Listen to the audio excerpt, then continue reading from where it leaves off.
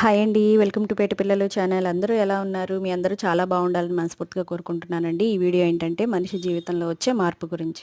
అబ్బా! వీళ్ళు మారరు, వేస్ట్, వీళ్ళతో ఉండలేకపోతున్నాం అని బంధాలు బ్రేక్ చేసుకునే వాళ్ళకి ఈ వీడియో చాలా హెల్ప్‌ఫుల్ అవుతుందండి. వీడియో లాస్ట్ వరకు చూడండి. అప్పుడే వీడియో అనేది మీకు అర్థమవుతుంది. ఛానల్‌ని సబ్స్క్రైబ్ చేసుకోండి. అప్పుడే మేము పెట్టే వీడియోస్ అన్నీ ముందు మీకే వస్తాయి. ఇంకా వీడియోలోకి వెళ్ళిపోదాము.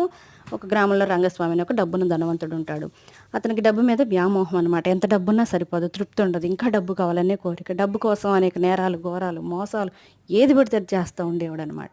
అయితే డబ్బు వస్తదంటే చాలు హత్యైనా చేసేవాడు. అతనికి ఒక మంచి భార్య ఉంది. ఆమె పేరు సుమతి అనమాట. భర్త లేనప్పుడు ఆమె దానాలు, ధర్మాలు చేసేది. భర్త చేసే పనులు నచ్చక ఇలా చెయ్యొద్దండి అని హెచ్చరించేది.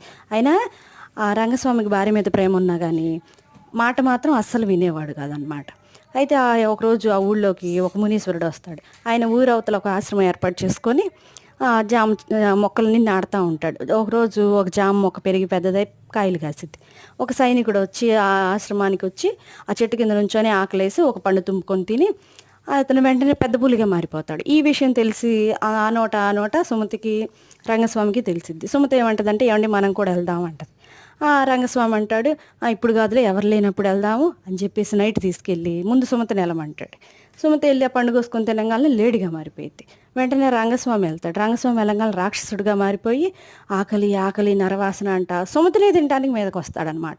అప్పుడు వెంటనే సుమతి పక్కకి రాగానే మామూలు మనిషి అయ్యాక, చూసారా మీరు ఎలాంటి స్వభావం ఉందో, అందుకే నేను మీతో కాపురం చేయలేను, నేను ఉండలేను, నేను వెళ్ళిపోతానని అంటది. ఇంకా అతను ఇంకా రియలైజ్ అయ్యి నేను ఇలాంటి పనులు చెయ్యను ఇంకా అని మారిపోయి మంచిగా కాపురం చేసుకుంటారండి. వీడియో నచ్చినట్టయితే లైక్ చేసి, షేర్ చేసి, కామెంట్ చేయండి.